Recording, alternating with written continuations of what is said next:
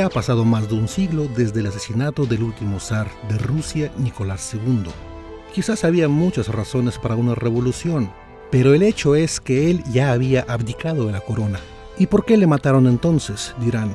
Son temas muy amplios y merecen ser explicados con todo lujo de detalle. Pero la revolución sucedió y sabemos muy bien lo que pasó después. Ya he sacado material al respecto. Pero en este video quiero hacer hincapié en cómo los nuevos dueños y la Rusia capitalista de hoy manejan el tema del asesinato y cómo juegan con la restauración de la monarquía. Por un lado, con la figura del zar Nicolás II como mártir y por el otro, el príncipe Jorge Románov y sus invitados. Este muchacho merece un video aparte, pero por lo pronto es suficiente que sepamos que nació en Madrid en 1981 y que su abuelo, Vladimir Románov, le concedió el título del Gran Duque de Rusia. Pero hoy nos centraremos en qué es lo que nos cuenta la élite rusa sobre el zar Nicolás II. Y lo primero que nos dicen es que debemos arrepentirnos. De veras, ¿qué puede ser más importante para el pueblo hoy que el sentimiento de culpa por el asesinado monarca hace más de un siglo? En realidad, millones de personas sufrían en aquel tiempo, por la guerra civil, por la intervención, por el terror blanco, pero para ellos esos son gentuza, plebeyos. Las mujeres parirán más, decían, no importa, si estamos hablando de una familia noble. Y es más, hablar del terror blanco no es muy correcto, si nuestro líder habla de reconciliación. Eso quiere decir que inventar hechos sobre el terror rojo no está penado. Pero hablar de cómo el almirante Kolchak llenó todo de sangre, matando a trabajadores, campesinos, mejor no es el momento. Además él ya es casi considerado héroe nacional. Prohíbo tomar presos a los trabajadores, ordeno colgarlos o fusilarlos, decía uno de los esaúles cosacos del general Krasnov. Dicen que es muy incómodo hablar de las atrocidades de los blancos checos, de los finlandeses, la brutalidad de los atamanes cosacos, Anenkov, Dutov y Simeonov. Ellos no quieren que salgan a la luz los horrores de los blancos. Que los comunistas no se justifiquen con el terror blanco, dicen. Los bolcheviques de todos modos tenían que ser más humanos, en todas las situaciones. ¿Recuerdan cómo el zar siempre se preocupó por su gente? ¿Y recuerdan cómo casi 1.400 personas murieron aplastadas el día de la coronación? Y otros 1.500 quedaron heridos. Pues él no canceló los festejos, ese mismo día se fue al baile, al consulado francés. El monarca bailó, cenó y a las 2 de la mañana se fue a su casa. De seguro se vio obligado a hacer todo eso. Pero Witte, ministro de Finanzas, contó que muchos trataron de persuadirlo de que no fuera con el cónsul. Y el zar respondió así: esta catástrofe es una verdadera tragedia, pero una tragedia que no debe opacar el festejo de la coronación. Habrá que ignorar la catástrofe de la plaza de Jadín. Pero Witte de seguro mintió, decían que era masón. Y es más, ¿qué culpa personal puede tener el zar por el sufrimiento de la gente?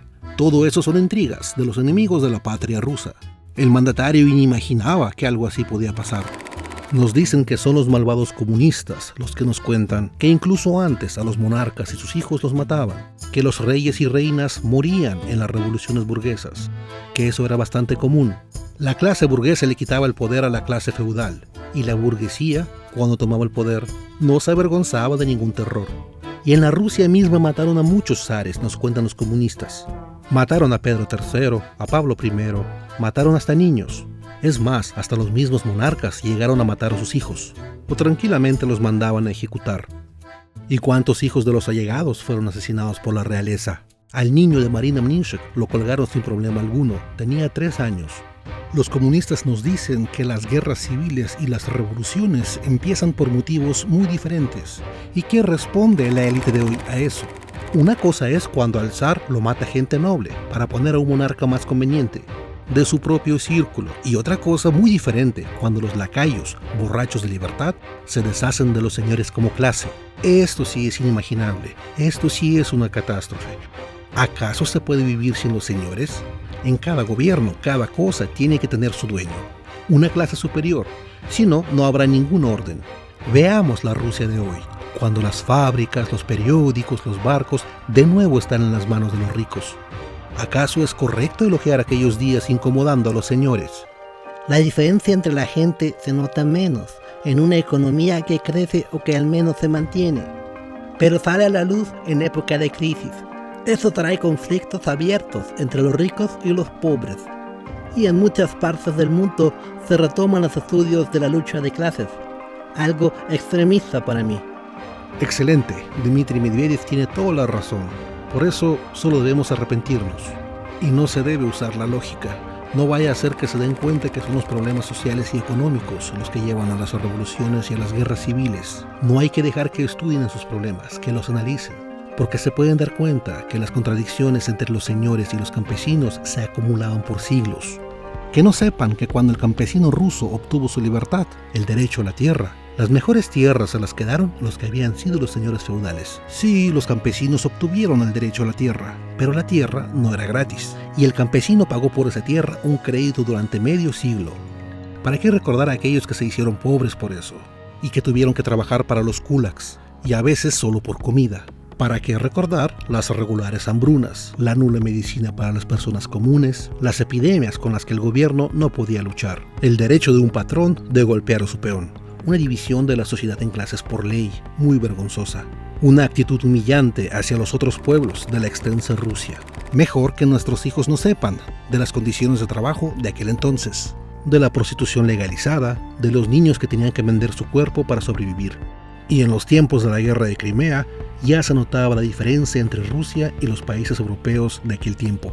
En la guerra de Japón, esa diferencia se convirtió en una catástrofe militar. Un retraso en la industria del campo, una dependencia total de la economía del capital extranjero, un nivel muy bajo de la educación. Dirán, olvídenlo, eso ya pasó. Además, algún día después los señores lograrían arreglar las cosas para Rusia. Seguro, la echaron a perder los bolcheviques, los que hoy presumen de sus logros y victorias. Y si los comunistas le hubieran dado al pueblo educación, medicina, vivienda, y es más, y al espacio también irían antes que todos. Así debe pensar el patriota de hoy. ¿Para qué hacer énfasis en los detalles? Muchos entonces vivían muy bien. Por ejemplo, el zar y su familia. Para su vivienda y descanso había muchos castillos y residencias. Para la construcción del Castillo Blanco se gastó 4 millones de rublos de oro. En ese castillo había toda cantidad de innovaciones para esa época. Electricidad, teléfono, agua, drenaje, un elevador, cochera con automóviles, incluyendo el auto favorito del zar, de lo Neville. El orgullo de Nicolás II era el yate llamado Standard, con un costo de 5.5 millones de rublos de oro, 128 metros de largo y un equipaje de 373 personas. El yate tenía tecnología de punta. El aire en la sala lo suministraban ventiladores eléctricos. Tenía refrigeradores. El ministerio del emperador cubría todos los gastos de la realeza. Comida, ropa, transporte, vacaciones, diversión. Además recibían dinero para uso personal. El zar 250.000 rublos al año, la reina 209.000. Todos eran millonarios. También tenían bonos de inversión de capital. Para el 1 de mayo de 1917, las cantidades eran las siguientes. El zar 908.000 rublos, la reina más del millón. El príncipe Alexei casi llegaba al 1,5 millones, y las princesas tenían aún más. ¿Cuánto tenían los Romanov en los bancos extranjeros? No lo sabremos, pero de seguro muchísimo. ¿Acaso los campesinos y obreros no debían seguir manteniendo a esas excelentes personas? ¿Acaso lo más importante de la vida no es trabajar para el Señor y morir por Él? Al zar se le debe perdonar lo que sea, cualquier opresión, cualquier abuso. Los primos hermanos del zar, que también eran monarcas de Europa, iniciaron una guerra mundial, con decenas de millones de heridos y muertos, con una destrucción y sufrimientos sin precedentes. Pero no pasa nada, es una guerra en nombre del gran capital, en nombre de los monarcas. Así es esto, sucedió y punto. Pero si ese pueblo sufrido mata al zar en una guerra civil, pues entonces es un crimen mayor.